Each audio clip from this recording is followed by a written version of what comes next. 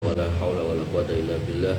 Wassalatu wassalamu ala Rasulillah wa ala alihi wa sahbihi wa mawala. Rabbi shrah sadri wa yassir li amri wahlul 'uqdatam min lisani yafqahu qawli. Amma ba'du. Bapak Ibu yang dirahmati Allah, alhamdulillah, syukur kita aturkan kehadirat Allah Subhanahu wa taala atas limpahan nikmat yang kita terima. Iman Islam tentunya yang paling utama yang harus kita jaga dengan ilmu, dan di antara ilmu yang terbaik untuk menjaganya yaitu tentang akidah. Dan kita masih dalam rangkaian membahas apa hikmah dari mengimani Allah di atas arsy-Nya sebagai bentuk makrifah kepada Allah, mengenal Allah dengan benar. Kita sampai ke poin yang keempat, yaitu menambahkan kekhusyuan dalam doa dan sholat. Orang-orang yang meyakini bahwa Allah berada di atas arsy, maka akan menambah rasa khusyuk dan kehadiran hati dalam beribadah, terutama dalam doa dan sholat. Kenapa? Karena seorang mukmin menyadari bahwa dia itu sedang berhubungan dengan Rabb-Nya yang maha tinggi, yang berada di atas arsy-Nya, namun dekat dengan hambanya melalui ilmu, rahmat, dan kasih sayangnya. Jadi walaupun Allah itu di sana sebagai Allahu Akbar, Allah yang maha besar, maka ketika kita ibadah, ketika kita sholat, ketika kita berdoa, maka Allah juga memiliki sifat Allahul Adim, Allahul Alim, Allahul Basir, Allah yang maha agung, yang melingkupi ilmunya, rahmatnya, kasih sayangnya, semuanya kepada Allah, kepada kita, maaf. Bahkan Nabi Yunus alaihissalam pun tidak luput dari perhatian Allah Subhanahu wa taala ketika beliau ada di dalam lautan, di dalam perut ikan, di dalam kegelapan malam. Sehingga ya, Bapak Ibu yang dirahmati oleh Allah Subhanahu wa taala, keimanan kepada Allah yang ada di atas arsy sana mutlak harus hadir pada diri kita agar kita itu makin khusyuk dalam beribadah dan makin mantap dalam berdoa. Dan ini ditegaskan oleh Allah Subhanahu wa taala pada Quran surat Al-Baqarah ayat 186, wa idza sa'alaka ibadi anni fa inni qarib ujibu da'watad da'i idza da'ani falyastajibu li wal yu'minu bi la'allahum yarsudun. Dan apabila hamba-hambaku bertanya kepadaku tentang aku, maka sesungguhnya aku itu dekat. Nah, dekat di sini adalah dekat ilmunya, dekat kuasanya, bukan dekat zatnya. Aku mengabulkan doa orang-orang yang berdoa apabila ia berdoa kepadaku. Maka hendaklah mereka memenuhi perintahku dan beriman kepadaku agar mereka selalu berada dalam kebenaran. Al-Imam Asy-Syaukani berkata tentang ayat ini, qaribum min ibadi bi ilmihi wa sam'ihi wa basarihi wa rahmatihi. Dekat di sini maknanya adalah dekat dengan ilmunya, pendengarannya, penglihatannya, dan rahmatnya. La yalzamu min zalika ayyakuna khululan fa innahu 'alal arsy istawa wa huwa ma'a khalqihi bi ilmi. Dan dekat di sini tidak berarti Allah berada dengan sekitar makhluknya, tetapi dekat di sini adalah dekat dengan ilmunya, walaupun Allah beristiwa di atas arsy-Nya sana. Sehingga tafsir ini menunjukkan bahwa seorang hamba yang memahami Allah berada di atas arsy-Nya itu tinggi di atas sana, namun Allah tetap dekat dalam pengawasan dan ilmunya kepada kita. Sehingga kita wajib menghadirkan hati yang khusyuk dalam setiap doa dan sholat, sehingga kita beribadah itu makin nyaman, makin senang, makin bergembira, tidak terbeban. Orang yang sholat masih menganggap itu sebagai sebuah beban atau kewajiban yang membebani, maka itu masih dalam level yang umum.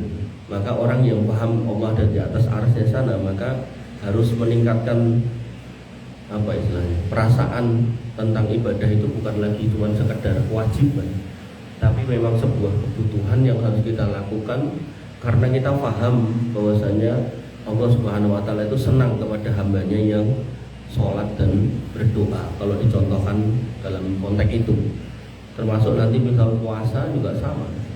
Allah itu senang ketika ada hambanya yang ketika disuruh puasa berpuasa. Dan kita sebagai hambanya yang berpuasa, memang mungkin capek, mungkin lelah, tapi kita harus paham kalau kita menjalankan itu, Allah itu senang dan Allah mengawasi itu. Kemudian dalam sebuah hadis dari Abu Hurairah, Nabi SAW bersabda, "Aqrabu ma yakunul abdu min rabbih wa huwa sajid, fa aksiru minad du'a." Keadaan seorang hamba dengan Rabb-nya yang paling dekat adalah ketika dia sedang sujud, maka perbanyaklah doa saat itu. Ini bukan berarti menunjukkan Allah dekat secara fisik, secara zatnya bukan, tapi dekat secara ilmunya. Karena hamba yang sujud itu sedang fokus meminta kepada Allah Subhanahu wa taala. Al-Imam An-Nawawi mengatakan fihi dalilun ala anna Allah Subhanahu fawqa khalqihi ala arsy. Di sini menunjukkan bahwa Allah berada di atas makhluknya, di atas arsy-Nya sana. Wal abdu yaqrabu minhu bil khudu'i wad dhulli wat taqarrubi bit ta'ah. Sedangkan hambanya itu dekat kepadanya karena dia sedang tunduk, merendah dan mendekat melalui ketaatan. Fala tanafi bainal uluwi wal qurbi. Dan di sini enggak ada pertentangan antara Allah yang maha tinggi dan dekat dengan hambanya. Kenapa? Ya tadi saya bilang Allahu Akbar, Allah yang maha besar, sehingga Allah tidak mungkin bisa dimuat pada makhluknya yang sangat kecil. Sedangkan Allah juga Al-Alim yang memahami, mengerti, mengilmui semua makhluk yang ada di bawahnya. Nah, seorang hamba dikatakan dekat dengan Rabb-nya ketika sujud bukan berarti Allah ada di depannya pas sujud, tapi karena dia sedang khusyuk, tunduk meminta kepada Allah Subhanahu wa taala. Makanya dimanapun kita sujud, itu bukan sujud di depan apa yang ada di depan kita, bukan, tapi kita sujud kepada Allah Subhanahu wa taala. Makanya tuduhan orang-orang kafir tentang orang beriman, misalnya mereka sujud di depan Ka'bah dan seterusnya, nyembah Ka'bah, itu dusta. Karena tidak seperti itu konsepnya. Kita dimanapun sujud, sholat, depan kita ada tembok kah, ada pohon kah, ada orang kah, maka kita tidak sedang mensujudi mereka, tapi kita sujud kepada Allah Subhanahu wa taala. Tapi nek niat kita mensujudi depan kita pas, itu jelas malah syirik akbar ya. Wah ya nek kiai hebat ya tak sujud ning ngarepe, malah dosa. Enggak boleh seperti itu ya. Al-Imam Ibnu Qayyim al-Jauziyah berkata, "Idza sa'arul abdu anna rabbahu fawqa samawati mustawi ala arsy." Apabila seorang hamba mampu menyadari bahwasanya Rabb-nya itu berada di atas langit sana, beristiwa di atas arsy-Nya, wa huwa ma'ahu yasma'u du'a'ah, tapi walaupun dia di sana, dia Allah tetap mendengar doanya, wa yara makanah, dan mengetahui atau melihat tempat dia berada, wa ya'lamu sirrahu wa alaniyah, dan mengetahui hal-hal yang disembunyikan dan hal-hal yang dinampakkan si hamba itu. Khasa'a qalbuhu wa dzallat jawarihuhu, maka hamba itu akan berada dalam kondisi hati yang khusyuk dengan penuh kerendahan dalam merendahkan diri untuk beribadah kepada Rabb-nya. Makanya ketika kita menginginkan kekhusyukan dalam sholat, ya kita harus memahami bahwasanya Allah itu memang maha segala-galanya di sana dan mengawasi kita. Sehingga kalau pengawasan itu tidak kita pahami, ya kita akhirnya santai-santai. Sama kayak gini loh, umpama sholat itu ada lomba, terus lombanya itu sopo sing ketok paling khusyuk gitu, nanti pulang dapat hadiah 10 juta misal.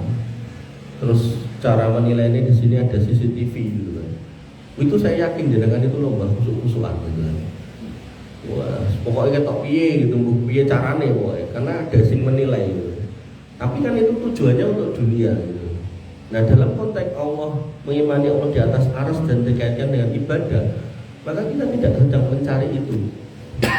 Tidak sedang mencari 10 juta itu, tapi yang kita cari itu ridho Allah. Dan kita tidak sedang melirik di sini ada CCTV atau enggak, karena yang kita sedang lirik itu adalah Allah yang Maha melihat. Maka penilaiannya kembali kepada Allah dan kembali kepada nawa itu kita masing-masing. Dan mau yang masjid ini niatnya ini ngopo ya. Oh niatnya ben dilem mertua ya sudah dapatnya itu. Oh niatnya ben dilem tanggane ya udah dapatnya itu. Tapi ketika kita paham Allah di atas arsy-nya sana dan mengawasi kita walaupun nggak ada bentuk CCTV di sini karena Allah itu Maha melihat Maha mendengar, maka mau nggak mau kita akan khusyuk walaupun orang tidak memperhatikan kita, walaupun orang tidak peduli dengan kita, maka kita tetap akan berusaha untuk khusyuk gitu. Makanya Bapak Ibu dirahmati oleh Allah Subhanahu Wa Taala, kesimpulan dari materi saya ini adalah ini singkat saja. Yang pertama, seorang mukmin yang meyakini bahwa Allah itu tinggi di atas arsy-Nya namun dekat dalam ilmu dan rahmat-Nya, maka dia akan berdoa dengan penuh kehadiran hati dan keyakinan akan dikabulkan. Yakin dia kalau meminta itu yakin akan dikabulkan. Cuman ada cumannya. Dalam hal Allah mengabulkan doa, di situ juga berlaku Allah Al-Hakim, Allah Maha Bijaksana. Yang mungkin sering saya contohkan atau pernah saya contohkan adalah ketika awal Ramadan masjid itu penuh, gitu. Maka begitu akhir Ramadan masjid itu sepi di Indonesia aja. Masjid itu sepi. Kenapa? Karena banyak orang baru mendapatkan THR. Nah, baru dapat THR saja sudah bisa membuat masjid sepi. Bagaimana halnya ketika ada orang yang meminta harta yang banyak, misalnya bermiliar-miliar terus dikasih gitu. Itu sepinya nggak cuma sebentar, mungkin sepinya lama gitu. Maka dalam hal itu kita bisa memahami bahwasanya ketika kita meminta sejumlah materi dalam jumlah yang banyak, kemudian Allah memberikan sebagian dulu, maka itu termasuk bentuk hikmah dari Allah Subhanahu Wa Taala agar panjenengan itu tetap istiqomah beribadah. Kayak di kabeh engko tak lali dalan ke masjid padahal masjidnya sebelah rumah misalnya. Makanya Bapak Ibu dirahmati Allah Subhanahu Wa Taala, jenengan tetap harus berdoa dan bisa jadi dari yang banyak jenengan minta mungkin sebagian nanti dikasihkan ke putra jenengan, putu jenengan, atau mungkin disimpan nanti di akhirat. Berbeda dengan halnya semua permintaan orang kafir. Orang kafir itu kalau udah berbuat baik di dunia Allah balas kontan, tidak dirugikan, tapi di akhirat wa ma lahu min khalaq, dia nggak dapat apa-apa. Blas, nggak dapat apa-apa sama sekali. Yang ada hanya kecelakaan, kebinasaan dan kerugian. Makanya dalam poin yang pertama ini jenengan kalau berdoa saja yang mantep, jangan ragu, jangan males, diulang-ulang tidak apa-apa gitu. Sembari dicek ya, makanan kita sudahkah halal, minuman kita sudahkah halal, pakaian kita sudahkah halal. Karena kalau yang berdoa ini orang-orang yang makan makanan haram, minum minuman haram, pakaian haram, kerjaan haram, kata Nabi fa'anna yustajabu lah, maka doanya gak mungkin akan terkabul. Kalau kita sudah 4 itu aman, makanan, minuman, pakaian, kerjaan aman, halal, yakin halal. Wong aku iki wong dodolan degan, wah misalnya. Omben aku yo halal, wong tak ombe omong degan ya. Kerjaanku halal, wong dodol degan gitu kan. Pangananku halal, wong nek ra enek panganan ning omah mangan degan meneh gitu kan. Nah, udah, kalau emang itu degan yo rasanya nyolong tuku ya. Maka kalau udah clear seperti itu, kok ndonga ora kabul-kabul, mungkin ada hikmah yang tersembunyi di situ. Makanya Bapak Ibu dan Allah Subhanahu Wa Taala jangan menyerah untuk berdoa. Kemudian yang kedua, bahwasanya seorang muslim yang mengimani Allah di atas arsy-Nya sana dan mengetahui kalau Allah di sana mengawasinya, maka dia akan menyembah Allah dengan khusyuk karena merasa berdiri di hadapan Rabb yang maha tinggi namun memperhatikan dirinya. Jadi jangan lagi sujud niku, lagi rukuk niku sedang sujud dan rukuk kepada Allah. Makanya jangan masih ingat langit niku lapisnya ada 7, setiap lapis niku malaikatnya sedang sujud memuji asma Allah, bertasbih, niku Allah kan di atasnya, tapi kenapa dia sujud? Apakah Allah di depannya? Kan bukan di atasnya. Jadi sebenarnya yang disujudi niku apa yang di atasnya. Makanya Bapak Ibu yang dirahmati Allah, logika itu juga sama dengan kita.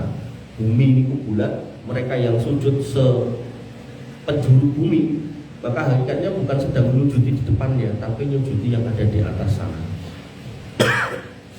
Kemudian yang ketiga, orang-orang yang paham benar kalau Allah itu mengawasinya, selain dia khusyuk, maka dia tidak akan main-main dalam sholat.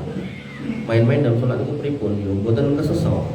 Maka dia akan berusaha untuk, nek jenengan masih ingat, yaitu berusaha untuk tumak ninah, boten yak-yakan, boten ngebut. Dolin amin, Allah akbar, tidak bakalan kayak gitu. Sesamping dari sisi fikih niku sudah nggak bener, dari sisi akidah, kalau kayak gitu apa ya terus Allah akan senang? Kan tentu enggak. Wong jenengan mawon misal enten putune, Mbah Yudit 100. Apa? Yudit 100. Apa? Padahal jadi kita itu dengar gitu. Cuman dia menyampaikannya kesusu dan koyok ngapun dan koyok randu sopan santun gitu kan. Nek ngomong sing alon-alon sing cetha. Baik iki wis tuwa, wis rada sudur ungu. Jane krungu padahal. Mbah nyuwun arta 300 dah ngono. Makanya Bapak Ibu dirahmati oleh Allah Subhanahu wa taala, manusia saja pengen dihormati dengan etika yang baik, maka ketika seorang memahami benar Allah di atas arsy sana, nggak mungkin sholat itu akan yak-yakan ngebut, nggak mungkin. Mesti dia akan berusaha untuk khusyuk dan tumakninah, karena dia tahu bahwasanya Allah melihat, mendengar, dan bahkan mengetahui isi hati. Sehingga nggak mungkin orang yang paham benar Allah di atas arsy sana kok sholat itu karena riak, itu pengen dilihat orang, itu nggak mungkin. Kemudian yang keempat, maka seorang mukmin yang mengetahui Allah di atas arsy sana, dia akan berdoa dengan penuh rendah hati, tidak tergesa-gesa, dengan penuh adab yang baik, karena menyadari bahwasanya Allah yang maha agung yang sedang dia minta. Allah maha mendengar, maha melihat, maha agung, maha kuasa, dan mampu mengabulkan doa. Bahkan Yunus yang di dalam lautan yang dalam, di dalam perut ikan pun Allah mendengar. Maka panjenengan yang cuma di atas bumi, Allah lebih mendengar apa yang panjenengan minta. Bapak Ibu yang dirahmati oleh Allah Subhanahu wa taala, terakhir, maka ini adalah buah dari mengenal Allah dengan benar-benar. Makanya tadi di depan saya bilang ma'rifatullah sing benar iki ngeten iki. Boten kemudian mikir wirid maca niki maca niku terus muter-muter terus kembang nopo, terus akhirnya rumangsa Allah masuk ke dalam dirinya, atau berusaha supaya ngimpi ketemu Allah, mboten-mboten gitu. Maka makrifah yang benar ini seperti ini, dan inilah yang dilakukan oleh para ulama, yaitu benar-benar mengenal Allah di atas ketinggiannya, yang akhirnya melahirkan kekhusyuan dalam ibadah, kekhusyuan dalam berdoa, bahkan keseriusan mereka dalam berjuang. Para ulama, para pendahulu kita yang solih, salafun solih, itu kalau sudah berjuang itu mereka tidak peduli dengan apa yang dijanjikan orang. Jadi kalau mereka berdakwah, ya mereka tidak kemudian mencari duit, tidak mencari dunia. Kalau mereka akhirnya berjihad, mereka ya tidak berpikir tentang ghanimah. Jadi niatnya memang benar-benar li'ila'i kalimatillah, untuk meninggikan agama Allah. Soal nanti menang kok untuk ghanimah, maka itu sebuah bonus yang memang akan didapatkan oleh orang yang menang di dunia. Tapi mereka sejak awal berangkat dari rumah, nawaitunya sudah lillahi ta'ala. Wis paribasane wong Jawa setor nyawa wis siap. Soal kemudian nanti pulang menang membawa ghanimah, itu hal yang kemudian menjadi nikmat atau anugerah dari Allah Subhanahu wa taala. Gua pilih mengatakan yang mau nanya, dan siap. Kurang lebihnya saya mohon maaf. Alhamdulillah, subhanakallahumma wa bihamdika, asyhadu an la ilaha illa anta, astaghfiruka wa atubu ilaik. Assalamualaikum warahmatullahi wabarakatuh.